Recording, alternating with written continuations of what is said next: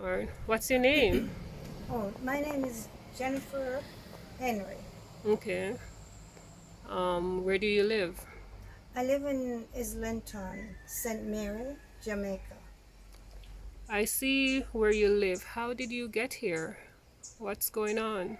Well, my mom lived here all her life. I was born here, but I went to Kingston to live with my uncle, my other relatives. So I grew up with them. And then I went to the United States and where I did some studies and I became a medical missionary. It was one of the best things that I ever, you know. I became a naturopathic doctor too, and where we wanted to build this heavenly places ministry. So I came back home as the Lord led me, because the Lord was speaking to my heart that I need to come home and do a ministry and take care of my mother who was ailing and my brother who is, from birth he was mentally retarded, Challenged. challenged. So I came home and I started a ministry, Heavenly Places, School of Natural Healing, and different business in the ministry. Um, but I was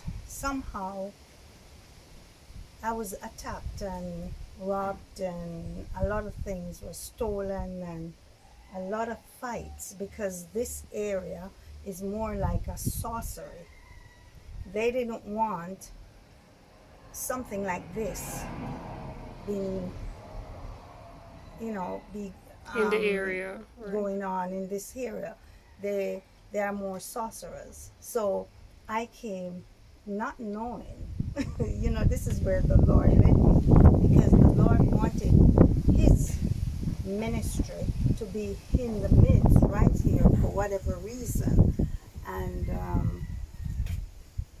I just needed some help where I can have a team, some help to help me. If I was alone, that was one of my downfalls, where the Lord tells us that you can't do it alone. He didn't send the disciples one by one, He sent them two by two, Mm-hmm. or a team. And I realized that was they saw me alone. So my things were robbed, and there is so much to it. I would have to tell it at a later date. Mother was Mm-hmm. my mother became like my patient. She was one of the most easiest and beautiful patients that I ever had. She was, I took care of her up until, say, 10 years. And until she died, I have pictures and things that I could show, as I said, at a later date. I would be able to explain more. But the situation that, was coming at me and coming at us, we had to run away. We had to leave here, run away, go somewhere else, and then eventually come back because this is our home and we were homeless. We had nowhere to live on the road. And my mom was crying that she wanted to come back home. And I took her back home. And I was really happy that I did that because she was more happy in her own place. Okay. My brother now is a different case. I So you love hold on. So your mom passed away. my mother passed away Okay. and left him, well, he's ended up being left in my care because Your brother. my brother. And I was going to go back because I have some more unfinished things that I needed to do in the States, and still come back home eventually. But I left him somewhere and it didn't work out. He was brutally beaten and different things happened to him. He was And abused. he was abused. Hmm. So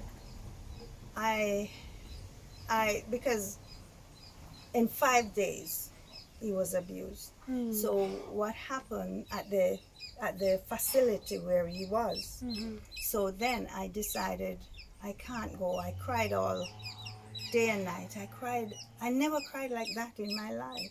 I think it was a loud cry, and I took him back, and we're here up to today. But it's hard on me alone. Mhm. It's terribly hard because he's getting worse. Things he never did after the situation. Mhm.